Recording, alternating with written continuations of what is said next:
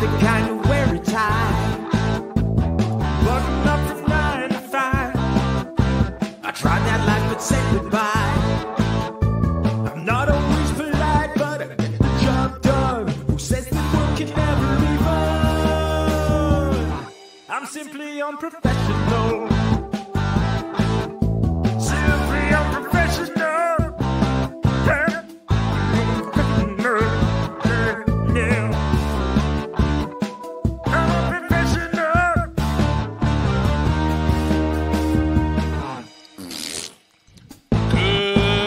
Evening, everybody. Welcome back to another episode of Simply Unprofessional. I'm your host, Webby. Joining me tonight, we got Devin.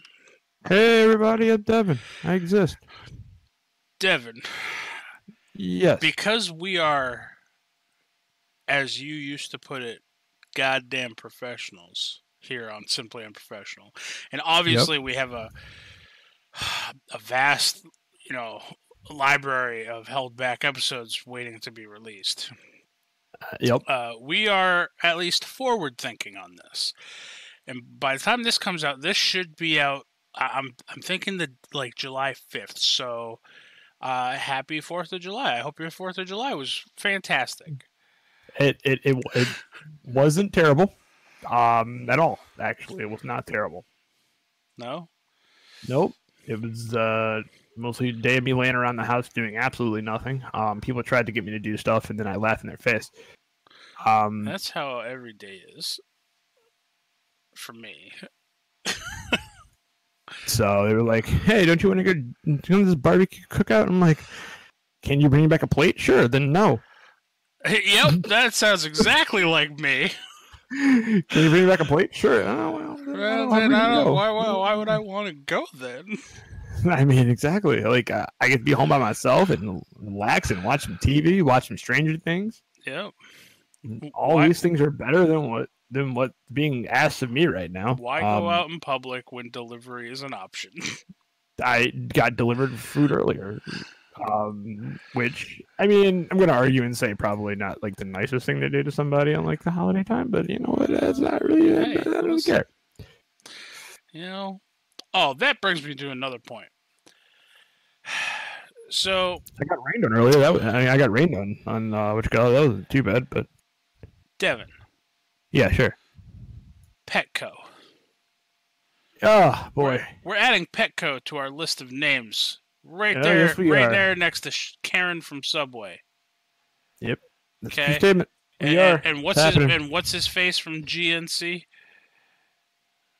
It was GNC in general. Just GNC. Okay, so Petco is the second business on our shit list, on the SU shit list. That is a true statement. They are racking up, baby.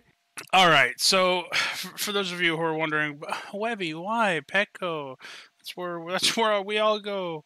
No, Petco's open on 4th of July. That's not right. Okay, and they're open on every single other forsaken holiday. Okay, they're open almost every day except for, I think Petco said, like Christmas Day they're closed, and possibly Thanksgiving Day.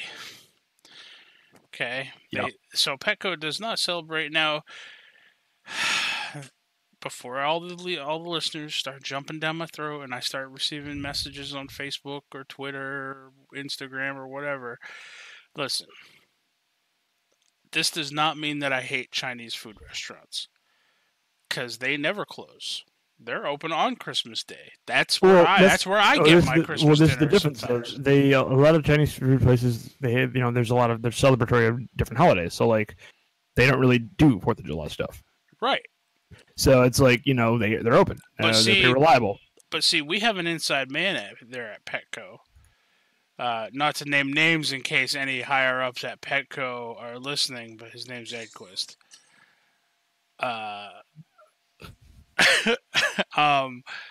He blames the shoppers. It's the fucking consumer's fault. It probably like is. He vented to us earlier. He was like, he has people come in saying, "Oh, you guys I didn't know you guys were open today." It's like, yeah, it's because fucking people like you. Why they're actually listening to us for some reason. They actually gonna listen to us for some reason, and we're gonna get rap fired. Well, I mean, I didn't use his first name. I mean, he said his last name, which was arguably Yeah, worse. but now you've used his first name, and now they're going to be able to piece it together and know that it's Rob Edquist. And now you said both. But I'm saying, like, if you use his first name, which was just Robert, it's a much more common name than. I mean, it might be regional. Maybe Edquist's a really common last name in Connecticut. Oh shit! Now they know it's in Connecticut. So we're just slowly digging Rob's Petco grave. Oh boy! Well, oh boy! It's good times, though. Good times, guys. Good times. Devin, how you doing? I'm fine. I'm fine.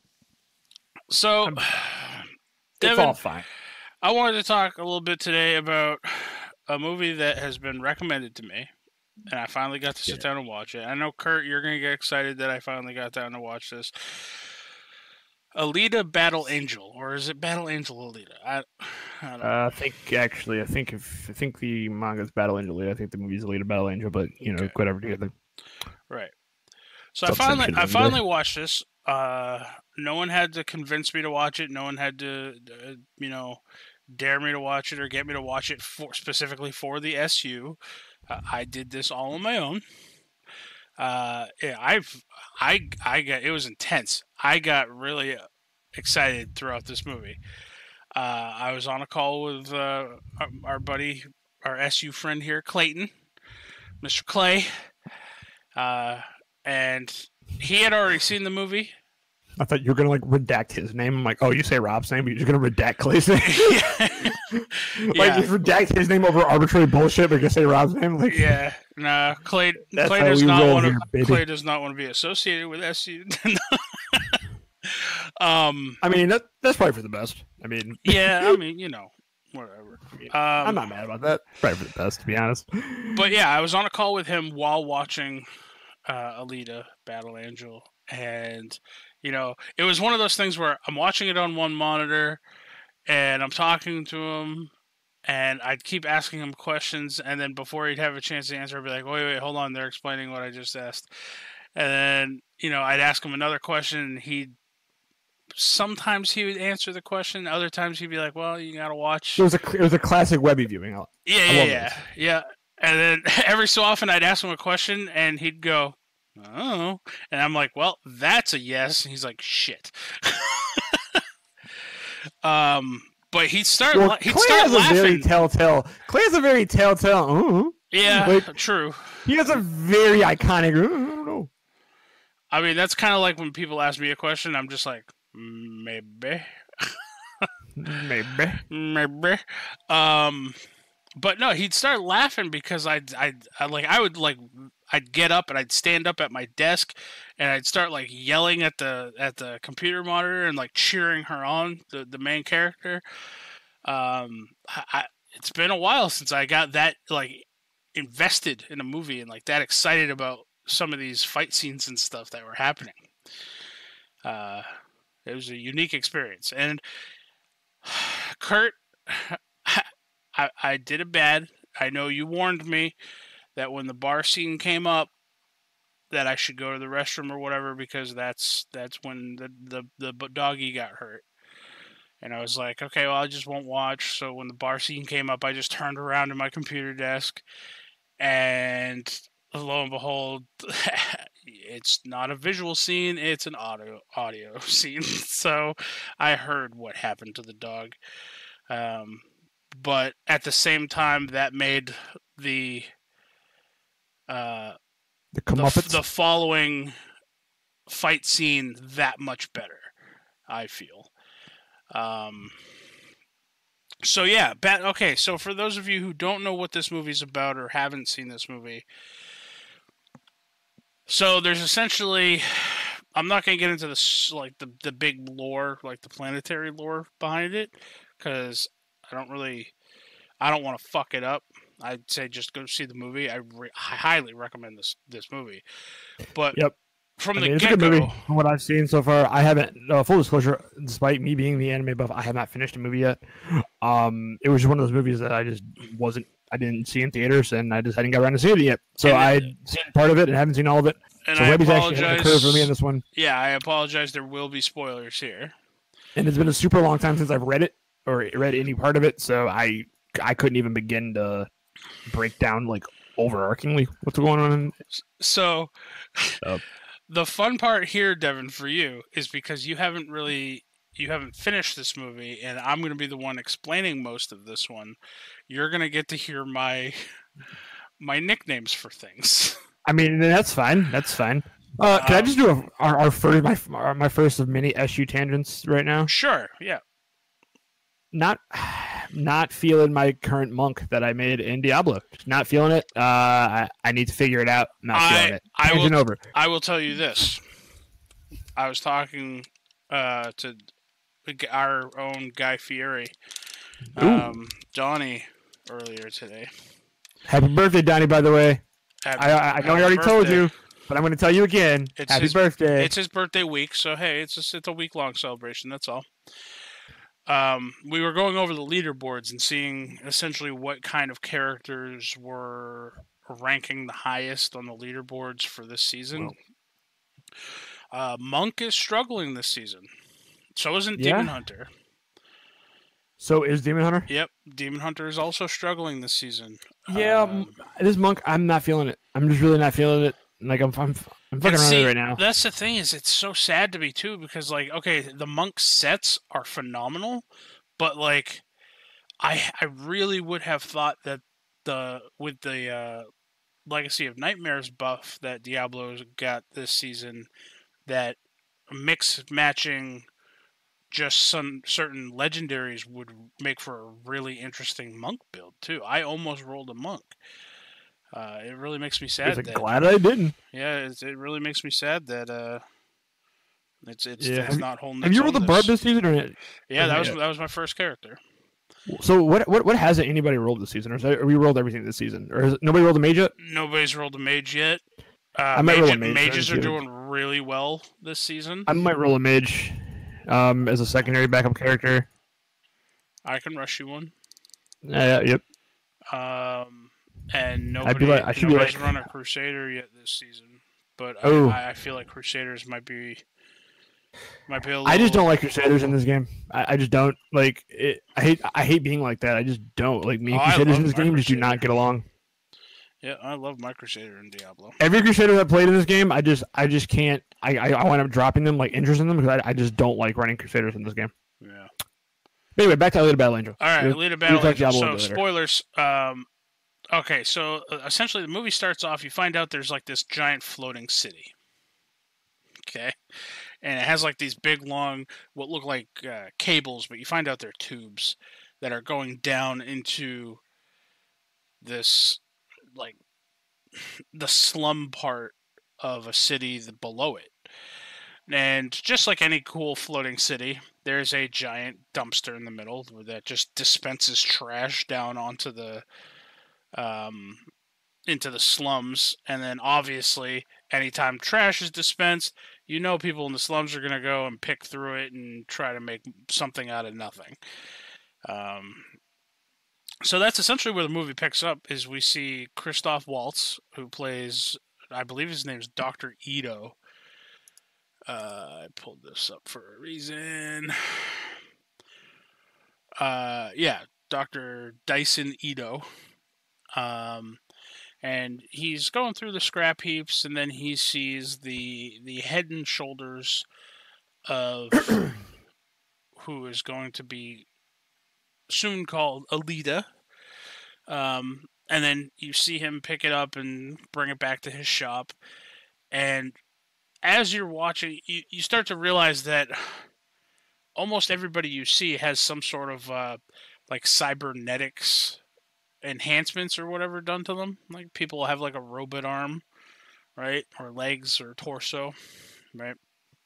So the whole premise behind that is, so Alita has a functioning, essentially human brain, and then this doctor is able to mend parts and fuse them together so that, you know, you can essentially be a cyborg or I don't know any other word. Cyborg has to be the right word for it. And what kind of threw me off is like it's to the point where their technology is to the point where they even have like feeling, uh like they can touch things, and they have like touch sensors in their robot parts. So the doc gave her a body, and it's like this really well made ornamental, I guess, robot body. And then she wakes up and she has like amnesia. Essentially, she doesn't remember who she is or where she came from or really anything in her past. And then they go out, and he's kind of taking her under his wing and treating her as if, like a daughter, because we find out that the body that he gave her was his daughter's, but his daughter passed away. And while they're out and about, she meets. I don't know this guy's name. I don't even know who the actor was who played him. It was Hugo. She meets Hugo. Okay, now Hugo, the whole movie, Devin, I referenced this guy as Fleshbag Boy. Okay. Oh. Okay. Yeah. Now there's a reason I did this. Hugo is one of two people in this movie who are 100% human and have no type of mechanical enhancements done to them. It means he's the best person ever. It's Hugo, and Dr. Ito is the other person who has no type of mechanical or cybernetic enhancements. So she and Hugo hit it off, and then they start, hanging out a lot, and he teaches her how to play. I call it rollerball, but I know it's not called rollerball in the movie. Shit. I'm gonna get yelled at if I don't say this right. Who the fuck's gonna yell at you, Webby? Who's yelling at you? Fucking Nobody's Kurt's yelling at gonna you. yell at me if I don't get it right. He's gonna start yelling Kurt at me doesn't the shit. real right thing. I'm about to go hop into a Torment 5 with a fresh made character. Let's do it. Motorball. Okay, it's called Motorball. That sounds like the worst remake of the movie Rollerball with LL Cool J, which was itself was a remake. Really? I actually kind of like that movie. It's been a long time since I've seen that movie. I actually kind of like that movie. Well, we should watch it and do an SU on it. We totally should do. We should both. probably We watch. should both. We should watch a couple movies and do an SU. We should do a live SU where we find it and we'll just watch it together on a call. And to do a live reaction. Do live reaction. We should just post that on YouTube. We should Yeah. have an SU YouTube channel and just fucking post it on YouTube. Do live reactions. Yeah, we'll record video of it and we'll post it up on YouTube. Yeah, I mean, there's two rollerballs. There's rollerball. There's 1975 and 2002, baby. So, so he teaches her how to do motorball, which is this weird game. I don't know the real premise of this game. Like, I don't know. Kurt, maybe you can explain to me if you've read the manga, or even Devin, if you've read the manga, if you remember it at all.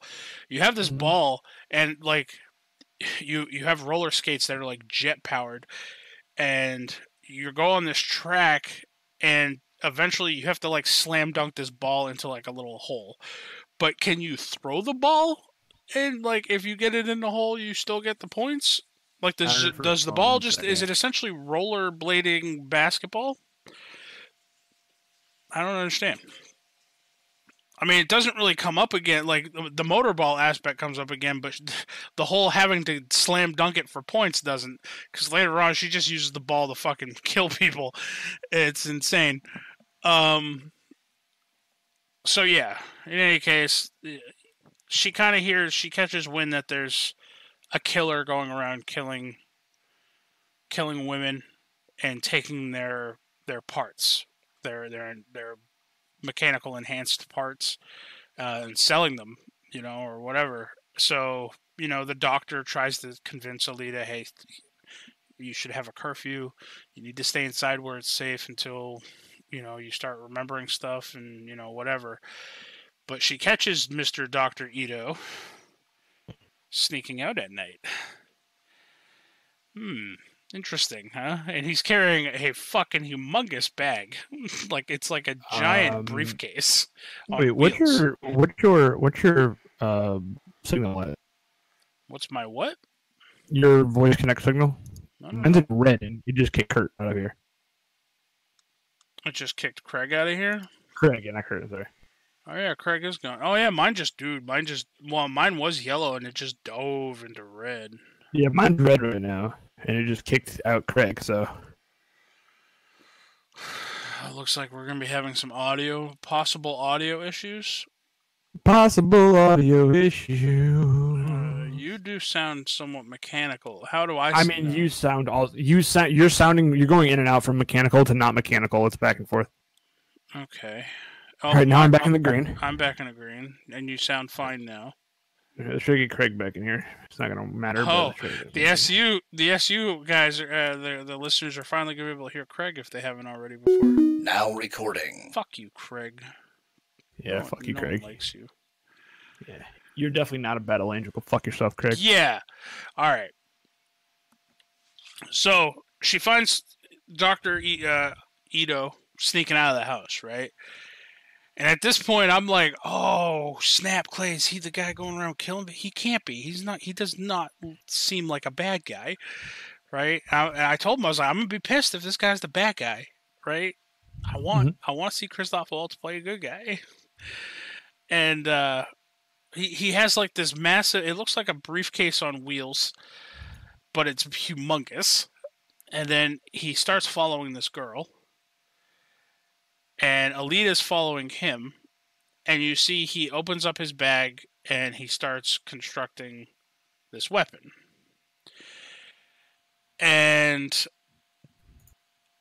when I see it, I was like, oh, what is this, big hammer? And Clay's like, oh, you're going to like this. And eventually he goes to confront the woman that he's following. Alita stops him, but then they find out it's a trap and that these people, these real bad guys, have tried to trap Dr. Ito, but Alita essentially tries to save him.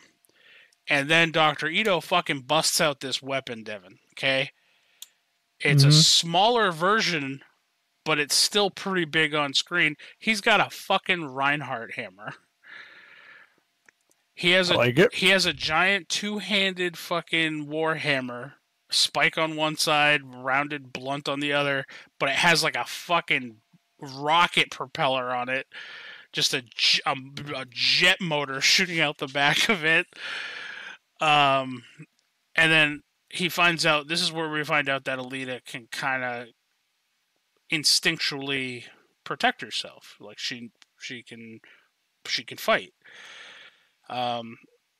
So she ends up fighting off these guys. There's a lady, another dude who has like weird scythes for weapons, and then there's just this humongous cloaked guy that I kept calling Zangief.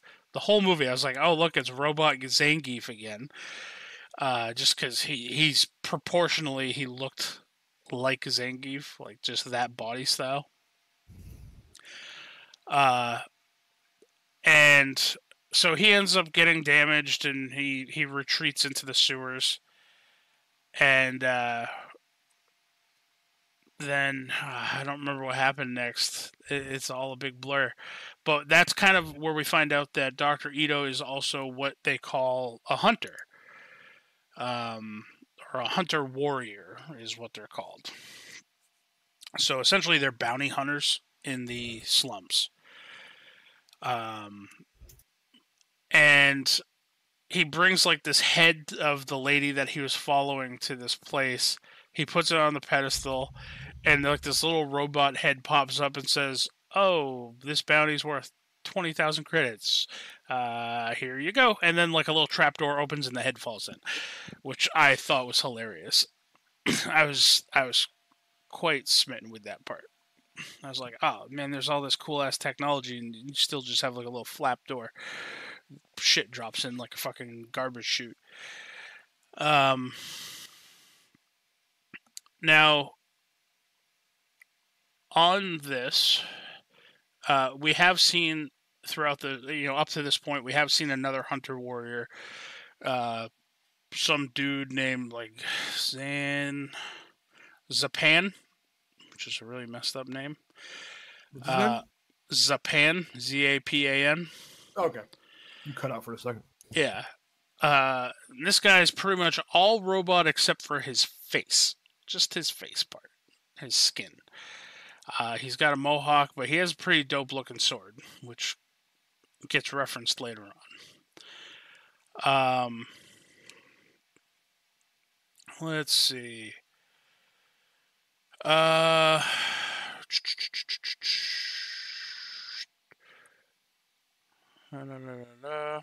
the wiki plot on this is really sparse, I should say. Important part during that fight scene before the big Zangief guy went away. As she was fighting him, she started having she had a memory flashback of her fighting in a war. And then the doctor runs like a scan on her and realizes that she's like 300 years old. So she's like some ancient technological robot. Makes sense. But she's, I forget what they called it, like technology. It's like Martian technology or like it's another planetary technology, far more advanced than what they have. And then Fleshbag Boy, Hugo. Fleshbag Boy. Yep, Fleshbag Boy. We find out he not a good boy, Devin. He's fine boy. I mean, pretty much that follows the rule of any game, of any show or game. If somebody's different than everybody else, then they're bad. Well, he's not bad, but he's not good. He's not like the big evil guy of the movie. But he's not a good guy. But he's not a good guy. And the reason he's not a good guy is because he goes around at night and he tasers people and takes their mechanical enhancements. Damn it. Like, he stole one dude's arm that had like giant razors on it and like big chain claws, which Zangief ended up getting as an upgrade. So did Rocket Raccoon, to be fair. So true. But this guy did it just for money. Well, so didn't Rocket. I'm not arguing for Hugo anymore. So Hugo's big main thing, and like Alita asks him what his dream is, she does not know that he steals body parts. But he does it to get money so that he can go up to the upper city part. That's, I think it's called Zalem or Zelum or Zalem. I don't remember. But apparently, that's where all the muckety mucks live. If you are somebody, you live up there, and that's where his dream is, to just go up there. He doesn't want to be in the slums anymore. They come up with this idea of Alita possibly playing motorball, because if you're really good at motorball and you can become a champion, the champions are granted access to Zelum, which is the floating city. So I know I'm missing some parts in between here, but maybe the bar fight scene was before this. That's the important part that I want to talk about. But in any case, there's that part. Yeah. Anyway, we won't go to the motorball thing. I think that was discussed prior.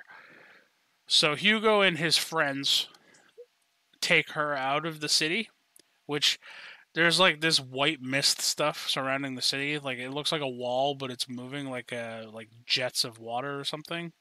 And I asked Clay, because they don't really just say anything about it in the movie. But Clay says that at one point was to keep like the vegetation out of the city, because the world, like the vegetation in the world grew so rampant. But then they essentially just killed off the planet, and the planet's pretty barren now, except for some small portions of it. One of the small portions was where Hugo was bringing Alita with his friends. It was like their secret hangout. They found an spaceship, and Alita felt drawn to it. And this is where we find out Alita can't swim, but she doesn't have to, because she dives in the water and she just sinks like a bag of rocks.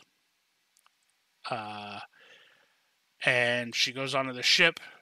She just instinctually, or maybe she just knows how to do things because, she's had to do it, but in her previous life, she finds another body.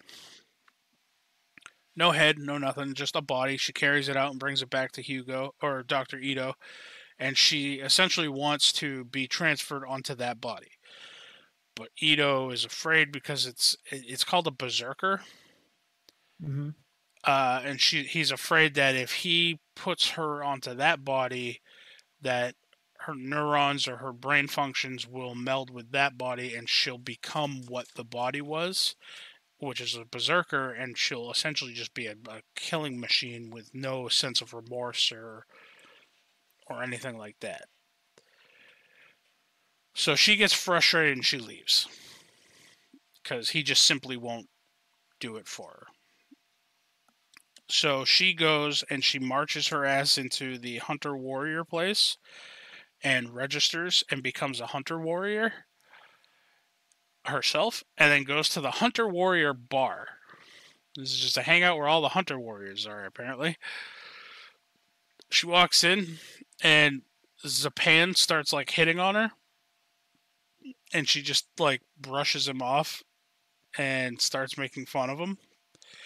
And then eventually, like, he goes to grab her, and she just like throws him across the room. And then she asks everybody she gives like a pretty decent speech at this point, Devin, and she asks everybody to rally together to help them rid the city of the Zangief guy, like Gruishka, I think is his name. Right? Okay. He's like he's like the leader of a bunch of serial killers, essentially. And everybody just starts laughing at her. So then she finally throws down the gauntlet. She's like, "All right, listen. I will fight each and every one of you in this fucking bar. And if I win, you help me fight this Zangief guy." And then a massive fucking bar fight, breaks out. We find out that the sword that Zapan guy has is apparently a legendary Damascus blade. It's my sword. That's right. There you go. I knew that'd catch your attention. But that's also an technology. It cuts through armor like butter, apparently. It's extremely sharp. And so there's just this massive bar fight. The Fleshbag boy is there, and he tasers somebody to help out. Ito walks into the bar. He's distraught at the fact that Alita's fighting and that there's a bar fight happening. So literally after this massive bar fight scene, the Dr. Ito guy runs in, says, "Everybody stop," and no one's paying attention. Everybody's just fighting still. And he's like, "No more free repairs." Everyone stops dead in their tracks. So that's the kind of pull that this Ito guy has. And apparently he's the only doctor in the slums who fixes people. So, long story short, on the bar fight, the Zangief guy busts in the front door and then he tries to kill Ito, but Ito gets knocked out of the way, and then he attacks Alita a few times and then provokes her by killing the puppy or killing the dog. And then she goes over and, like, I thought this was paint at first when I saw the pictures of it, but she goes over, she pushes her hand in the dog's blood and makes those red marks underneath her eyes, like the warrior paint. Mm-hmm. That's dog blood. I did not know that going into this. I thought that was just paint. Um, the guy retreats into the sewers, and she follows him. And then there's a pretty fucking gnarly fight scene down in the sewers. It ends up, he has like these detachable fingers on chains that are like razor blades. He uses them like a whip, and he can like shoot them out like Scorpion on Mortal Kombat. That's really cool. Yeah, it's pretty gnarly, and like the chains themselves have blades on them too. So if like they wrap around you, you get cut just by that. It's a fucking gnarly fight scene. She has the upper hand for most of it, and then he does this thing where he goes to whip all of his fingers at her on these chains, and she's like spinning through the air at him in like this cool slow-mo fashion, and then he pulls the chains back, and you see like her legs get cut off, one of her arms gets cut off, her torso gets cut in half. Like, he just demolishes her in this one pull, and she lands on the ground, and he goes over and he essentially grabs her by the hair, picks her up, and says, "You know what? I'm not going to kill you. I'm going to wear you around my neck, and so I can hear you scream every goddamn day. I'm just going to turn you into a piece of jewelry," which is really fucked up. And then she essentially breaks free of his arm, because she still has one arm. Okay, it's all she's got. She's an upper torso and an arm. Nothing wrong with that. She breaks free of his grip by like karate chopping his hand. She does a handstand. She like crawls away a little bit, and then she does a handstand, and then she pushes herself through the air at him, drives her one good hand into his eyeball, and then into his skull, and then breaks her arm off and falls back to the ground as Ito and Fleshbag Boy show up. Fleshbag Boy throws like an incendiary grenade and sets him on fire, and he starts running away. With her arm still in his eyeball. I like it. I like it. So at this point, I'm telling Clay, oh, well, I guess she gets her new body this way. What's Ito going to do? Just throw her in the scrapyard? He's grown attached to this Alita. So lo and behold, Ito takes her back home. And throws her in the scrapyard. She puts her, she turns her into a garbage disposal. No, she wakes up and she is attached to her new body, which is like nanotechnology. It actually, like, the body adhered to her and bonded with her. He didn't have to do anything to it.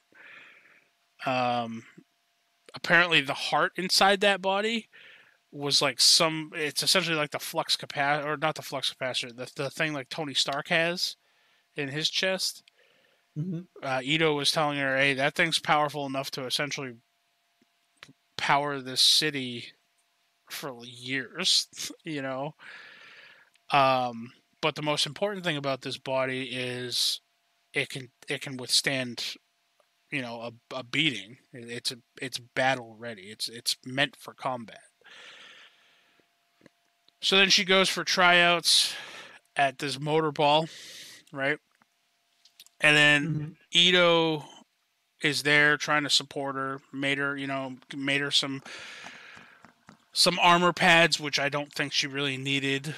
A helmet and some like rollerblade feet. So like he detached her feet and gave her little rollerblade feet. And went out into the crowd, but then he saw, because he's a hunter warrior guy, I guess. Mm-hmm. He noticed that a lot of the people who were in there competing against Alita were either other hunter warriors or people with bounties on their head. And then he quickly pieced together that everybody there was going to try to kill Alita, because before that scene, the big bad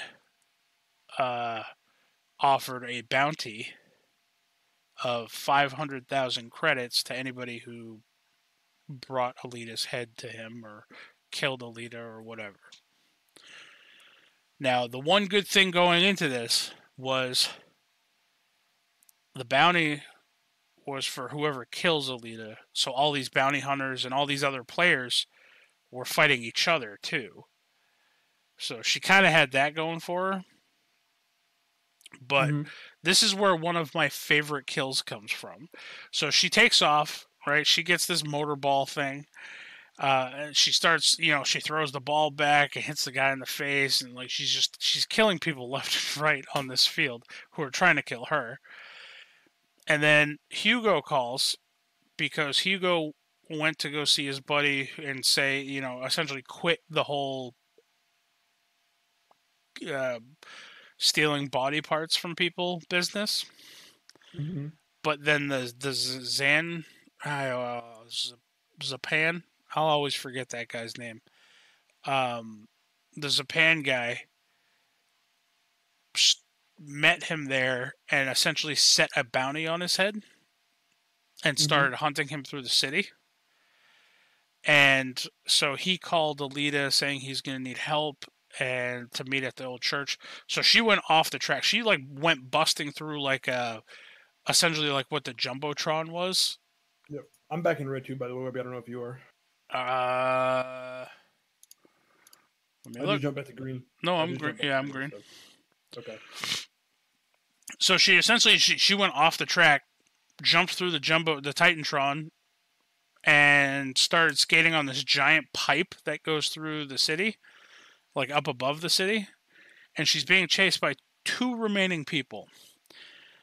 Like some four-armed chick who's a hunter and some massive fucking tank dude. Okay? And when they finally get off this pipe and they're nearing their destination, she fights this chick, and this chick starts whipping out a chain. She ends up killing this chick, and then she wraps this guy's legs up in a chain, the big giant Titan-looking dude. Wraps this dude's legs up in the chain, trips him, and then throws the other end in this giant grinder that's just somewhere for no reason. My favorite kind of grinder. Hell yeah. And it's like a giant, like a car crushing grinder. I don't know if you've ever seen those. I have. And the chain is just slowly dragging this guy towards it. Start laughing so hard. That's probably my favorite kill of the entire movie. Was that one guy? I was like, oh man, you had to have seen this coming. So then she confronts Zapan. Zapan tells her, as I told Clay, the stereotypical trope, it's a movie, there's a love interest, so you know that something's going to go wrong, and then the love interest is going to have to redeem himself. Zapan informs her that he steals and sells body parts. She gets very upset with him. Still doesn't want Zapan to kill him, though. He says he's going to quit. He apologizes. She instantly loves him again. It's really weird. She takes him. He gets stabbed by this Damascus blade, so he's dying. And she carries him into the church. And now, as she's going into the church, there's these big sentry things. I think they're called sentries. They're like giant tanks with spider legs. And they're apparently really badass, and you're not supposed to really take them on. Because they're the only thing in the city that has guns. Because guns have been outlawed. That's why everybody has these melee weapons. She finds another doctor, one of the ones who works. I didn't even mention her, played by Jennifer Connelly. She works up in the for the bad guy, essentially, as they're doing what Dr. Ito does, installing cybernetic parts and stuff. So she comes out holding a coat, uncovers it, shows the head of the flesh bag boy, just the head. I was like, oh shit. The sentries do the scan, say, yeah, all right, confirmed kill, blah, blah, blah. And then not Ito, but Zapan goes to look, and you can see the tubes. There's a couple like red and blue tubes that are going from her heart up into this dude's head, like through the neck hole. I guess to keep the brain function alive. Because I guess that's how that works. Just heart tubes jammed up a neck hole will keep your brain alive. Science, people. I'm not a scientist, so I don't know these things. She brings me back to Ito. Ito ends up fitting him and putting his head on a mechanical body. So he's no longer Fleshbag Boy. He is now Major Chief or Master Chief Fleshbag Boy. Because his body, no lie, Devin, I instantly thought of Master Chief from Halo. I like it. That's just what it looked like. I don't know why. She goes on a fucking spree. She's super pissed that this is happening. She marches into the Hunter Warrior place where all the sentries are. Oh no, she ends up getting Zanbar somehow. Oh, when Zanbar looked at the head after she brought the head out, he was gonna turn her in, and she fucking took his sword and sliced his face in half. Nice. Because he was a little dick. And then took the sword, and the sword actually reacts with her body, and it like glows blue, and it has other like special capabilities or whatever. So she walks into the fucking Hunter Warrior place where there's like a dozen of these sentry things, and they all start firing at her. She fucking tears all of them apart with just this sword. That's the part I started fucking really getting pumped up about. She ends up ripping one of the Gatling guns off of one of them, and then shoots like the main sentry fucking hub with the Gatling gun, blows that up, and then goes and confronts the big bad guy, who I don't even know what his name was. I know the main bad guy, but let's see, Vector. So Vector is played by, I'm going to murder this name, Mahershala Ali. Sounds good. Sounds right. Yeah. You'd recognize him. He's, let's see, what other movies was he in? I don't know if you ever saw House of Cards. Oh, he was in Luke Cage. Okay. Who was he in Luke Cage? He was also the voice of Uncle Aaron in Spider-Man Into the Spider-Verse. Luke Cage. Oh, he was Cottonmouth in Luke Cage. Oh, okay. Yeah, I got you. So he played the guy named Vector, but the thing is Vector's not the big bad. The big bad is a guy named Nova who's up in the upper city, and he can kind of control people. He can see through certain people's eyes if they have a chip in their head, and then he can take control of them, like a puppet almost. And every time he takes control of Vector's eyes go like really bright blue. So she goes to confront Vector, and then Zangief shows up. She fucking whoops Zangief's ass, like hard. She should. Cuts him in half, literally, right up the middle. Ends up killing Vector. Has words with Nova because Nova ends up taking over Vector's body as he's dying, and essentially says, I'm going to come for you. I'm going to fucking whoop your ass. This, that, and the other thing. And I'm forgetting a very important part, but I'll backtrack at the end. In any case, Hugo ends up there's something bad that happens to Hugo, which causes her to go fucking berserk. And then she decides that she's going to do this legit. She becomes a pro motorball player and she's like a fan favorite now. She's number 99.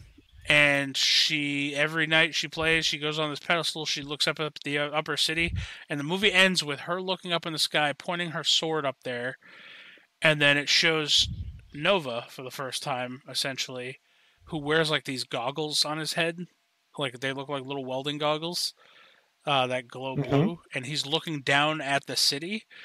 He takes them off. Fucking Edward Norton. It's Edward Norton is Nova. It's so strange. It's very strange, and he looked really weird. But I did forget one of the coolest parts, and Clay would kill me if I didn't bring this up. The thing that happened to Hugo. Hugo's big dream, and he told her like if he was ever enhanced, he would just climb up one of the pipes, the big lines that go up to the city, because he'd have the strength to do it. That's what he attempted to go do, and Alita went to go stop him because she had a flashback of her and a battalion of troops going up there. Dude, coolest fucking defense thing ever. Okay? So you have a floating city in the sky, right? Okay. Now on 4 sides of this, you have these giant tubes that just look like giant wires that drape down, that go down into the city. And like different factories will send goods up the chutes. But to prevent people from doing exactly what Hugo was doing, they were running up the top of the line, and they were going to try to crawl up into the city. Fucking Nova presses a button, right? This ring detaches from the top and starts spinning. And it slides down this line. And it's just this swirling blades of death, and ends up cutting him in half. And he goes and falls off, and she catches him. And she's like holding on to one of his arms, and the arm starts breaking and detaching because his body is shitty, shitty mechanical body. And then he ends up just falling into clouds because they're that high up. Yep. And then you just never see. That happened in the OVA too. That happened in the animated movie. There's an animated movie of this. Yep, it's on YouTube. It's like an hour long. Oh man. Well, yeah. So that happened in the movie, but that's the coolest fucking thing. Is just those sliding rings. Yeah, and then that's essentially the movie, man. Like I'm sure I left out some stuff, but I covered a lot of it. You covered a lot of it. You did. That's good. And yeah, I really enjoyed it. And I will tell you this: I'm going to be very upset if they don't make another one, because they did leave it off in kind of a cliffhanger spot. It did well. I mean, so I'm assuming there's going to be another one. It did pretty well. My understanding is so. Yeah, I mean it's based off a manga. The manga. I mean, how long's the manga been running for? I mean, I think the manga's done. I believe. Oh. But I mean, that would make sense. It's an older manga. Yeah. So yeah, I can tell you in a second. The manga ran from 1990 to 1995. So. All right. That's done. Dunsies. So. There's a couple spin-offs and sequels. So, like the Battle Angel Alita Mars Chronicles is still going. So there you go. So there's some spin-offs of that. So there you go. Well, maybe I'll have to go look at these. Well, these are all mangas and stuff. So. Oh, never mind. I'm not going to read anything like that. So, yeah, I knew you were. Yeah, there's an OVA, Battle Angel Alita OVA. There's 2 episodes for it, 30 minutes apiece. You're always the one doing this to me. Let me do something to you real quick. What are you gonna do to me? I'm going to send you a picture to look at. Sure. In the middle of a Diablo rift, but I can do that. Listen, you hurt me. I said I can do it. I gave you no problem, sir. So, this is Nova in the movie.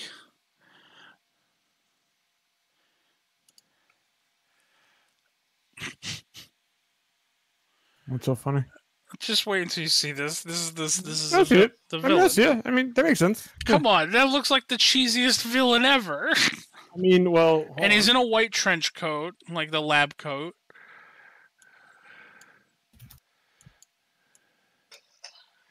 I mean, he's no more cheesier than he is in the. I see a picture of him in the comics. Yeah, I mean, he's no extra cheesier than that. I mean, Well, I don't know. It was pretty rough. But yeah, visual stuff, audio podcast. You're always posting me pictures. I wanted to post you one. That's all. yeah, I mean, hey, you know what? They'll learn. If they want to see what we do, that they need to go on to. They need to support us and like push us really, really hard and say, "Hey, you guys need to make this a weekly Twitch show," and then we will have a visual platform and we can put stuff up. We can have a weekly podcast on Twitch. So Yeah. if you guys want that to happen and you guys want to be in on these inside jokes, then you know what to do. I gave you all the secrets. Man, that Zangief guy, man. Glad he got his. He killed that dog. Everybody on here knows how I feel about that. You love it. No, okay. Not true. But yeah. You're like, I don't get out of bed for less than first-degree dog murder. That's right. Well, everybody, that's all I had. Yeah.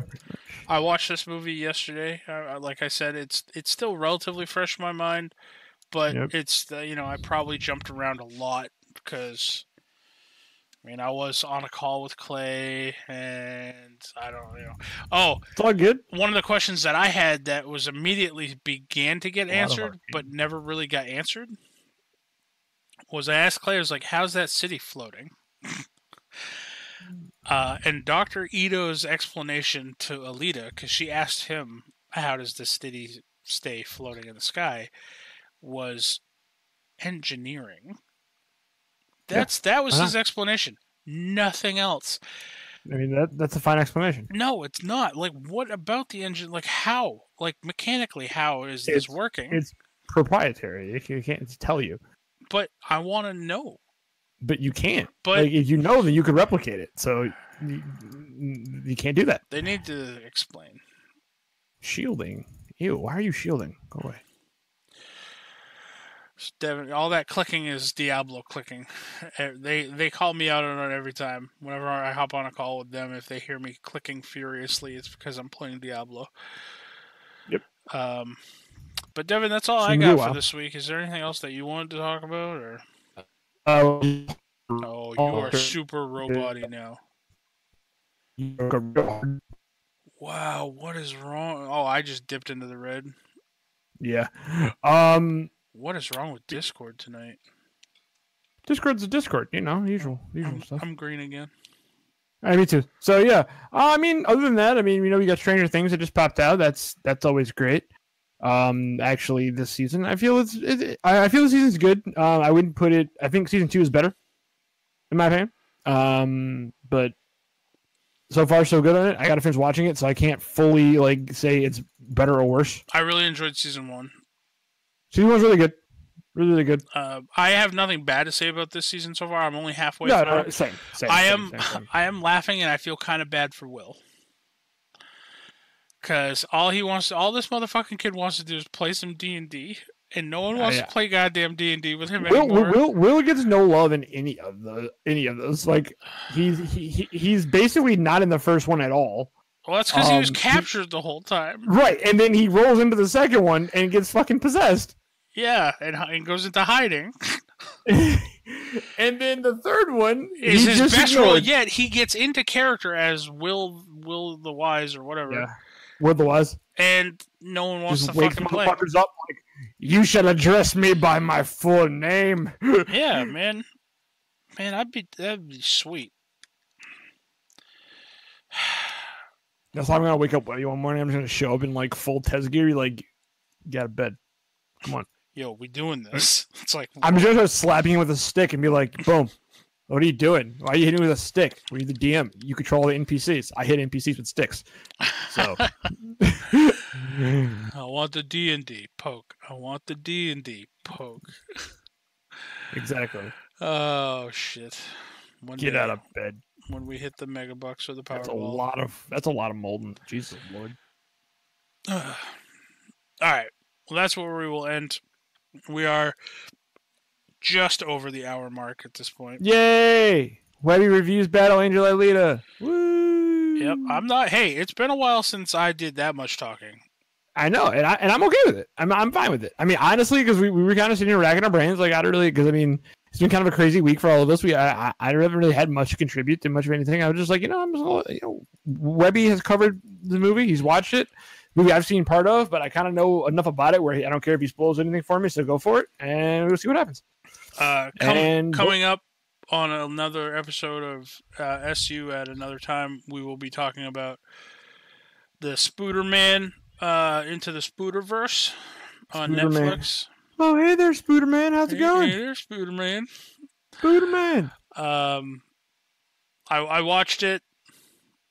Thought it was all right. I don't know. It was all right.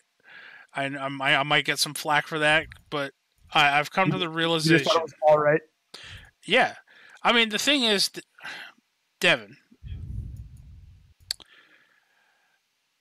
when this came out and everybody went to the theater and saw it, all I saw on Facebook and all I saw in the fan chats were how great this fucking movie was. How awesome this movie was. How cool this movie was. Webby. You have to realize something, though. I've realized something. As much as I like our fan chat, overhype a lot of movies. No, it's not just that, though. It's not even overhyping. It's what I've come to realize is that when people do get hyped up about a movie, you don't. It ruins the movie for me more than a spoiler would. I mean, it just the thing is that bar, that bar is set at a really achievable, place, and then every time somebody hypes up the movie, the bar just raises and raises and raises. Then when I see the movie, it does not exceed expectations. So, I mean, it was a good movie. I was entertained, but to me, it was all right. That's why I don't hype movies up to anybody. Like I never hype up movies. I just be like, it's a good movie. Not true. What movie did I hype up? Me and you both hyped up Demolition Man. Well, I mean, for good goddamn reason. No. I mean, like, I'm never gonna hype up, like, I don't hype up new movies, people, or like movies to, like, I'm trying to sell somebody a movie. Like, if you haven't seen Demolition Man, that's just your problem, and there's something wrong with you. At this point in time. Yeah. But I mean, past that, I mean, Demolition Man is what that movie is. But I don't like hype up. Like, I'm not like, if I went to the movie theater, right, and saw the new Spider-Man movie, even though I thought it was like the best movie ever, I'm not gonna say it's the best movie ever, right? To anybody, because it's just I just don't see where it really, because all opinions are objective. I'll say like something along the lines of, I thought it was one of the better done Marvel movies, or I'll say along the lines of something like that, where I mean, it hits pretty high. It hits pretty high on my ranking of Marvel movies, but I'm never gonna sit there and be like, this is the best movie ever. Yeah. Like a lot of people said, Wonder Woman was like the best movie ever. I think it's the best DC movie. Best DC movie. Yeah, by far. I don't think it's the best superhero movie I've seen. No, probably not in the top 5. Great movie though, but not in the top 5. Agreed. Yeah, so Kurt or anybody else listening, if you guys message me on the various platforms that you know how to contact me, and you ask me, oh, well, what were your thoughts on this movie? Insert movie here. Most likely I'm going to say, it was all right. So, unless you ask about Demolition Man, then I say, if you haven't seen it yet, go live your life. Live your life. Precisely. All right. So, Devin, we're going to wrap up. Where can people find you on the internets? You guys can find me on Twitter at DMP_Pookie and on Twitch at PooKilledMan. Also, as always, on eBay at Mr. Pokemon 5000. Oh, Mr. Pokemans. You guys can find me on, Devin. Fuck, we almost forgot. Moment of Zen? Moment of Zen with Devin. I'm just not feeling Zen right now, but I mean, I can pull some out of my ass. Hey, this is not about us, Devin. This is about the listeners. See, this is where you're wrong. No, it's about the listeners, Devin. It's always about me. Listen. I'm a selfish person, but that has been your moment of Zen with Devin. No, yes, no. All right, you want a moment of Zen? Moment of Zen with Devin. This is going to be out the ass, but I'm going to just say can't build a house on a broken foundation. So, AKA, don't be giving people advice if your life's not in order. Get your life in order first and then give advice.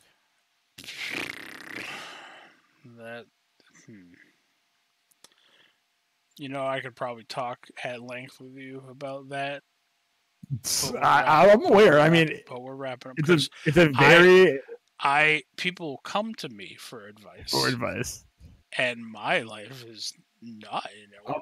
I'm in the same boat. But also too. But my advice comes from a point of view of experience or witnessing somebody who has gone through the experience. Right. So, but I mean, what I'm saying is, by no means am I ever like, someone who has I'm in a great place. This is how you get here. Marital advice. I'm just gonna throw that out. I mean, but some people may argue and say, well, they may give the best marital advice. It depends on the person, because if the person is like, yeah, no, I mean, like obviously 30 marriages. I mean, I hold some blame here. And why these marriages didn't work. You've been married 30 times. I hold some blame. If they're the kind of person they're like, well, man, these hoes ain't loyal. I'm perfect. I didn't do anything wrong in this situation. Then you probably don't want advice from them. And also, too, back to my original part of that was just you don't build a house on a broken foundation. Layers, people, especially people getting into new relationships. Make sure you're in a point where you're okay by yourself. Never build. Yes. I never understand people that try to build a relationship and be like, "Oh, we're gonna grow together." You can grow together, that's fine, but you can't. You can complete each other and complete things, but that person cannot be the foundation of your life because they won't necessarily always be there. So you need to be solid by yourself before you push past that and try to incorporate somebody else. Some people may agree with me, some people may not agree with me, but that's just how I feel. I mean, I seem to see more people be successful in their endeavors in life in general in relationships in general, when they have a foundation where they're solid by themselves, they're comfortable by themselves, and then they bring someone else in that and they grow from there. Because, I mean, you can always rebuild a house, but rebuilding the foundation's a bitch. You can't finish your part of the puzzle if you're missing pieces yourself. True. Boom. True. Mic drop. There you go. Mic drop. We out of here. Oh, hey, that's the gym order. All right. And as always, you guys can follow me on Twitter at Jax Forest Walker, all one word.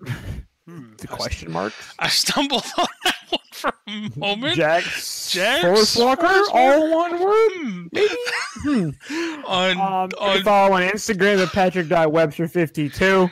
On Twitch at DM Webby, and on eBay at the Pokemans 52. Question mark. 52 question mark exclamation point. Webby needs to capture exactly I did 20. Is it 28 variations? I want you to capture all the variations of unknowns, because they just have they're just shaped like letters of the alphabet. What? There's alphabet Pokemans? There's a Pokemon called Unknown that is literally just shaped like the different letters of the alphabet, and I think there's a question mark and an exclamation point too. For those of you listening, I have been playing Pokemans Y, I think. Y. And I'll have that's you know. The name of the game out of existential question, like why? Just why? I'll have you know, one of my, I don't even know how many boxes I get. I think like 5 or 6. One of my boxes is full of Panchams. Eventually, you get 31 boxes, so don't feel too bad. Oh, I do? As you go through the game, you get more boxes. Oh, that's good. As you see more Pokemon in the Pokedex, you'll get more boxes and shit. I'll have more room for more Panchums. In any case, thank you all for listening and for taking the time to download or stream or listen to this on YouTube, because this gets released on YouTube. We love you, and thank you for listening. And until next week, fuck Booster Gold. Fuck Booster Gold. Oh, what? What? Why are you here? What torment are you on? 4. And I probably could crank it up. You want me to rush through the wizard? I'd rather just. You can, yeah, sure. I'd rather try to get some stuff for this month, but we can rush through real quick.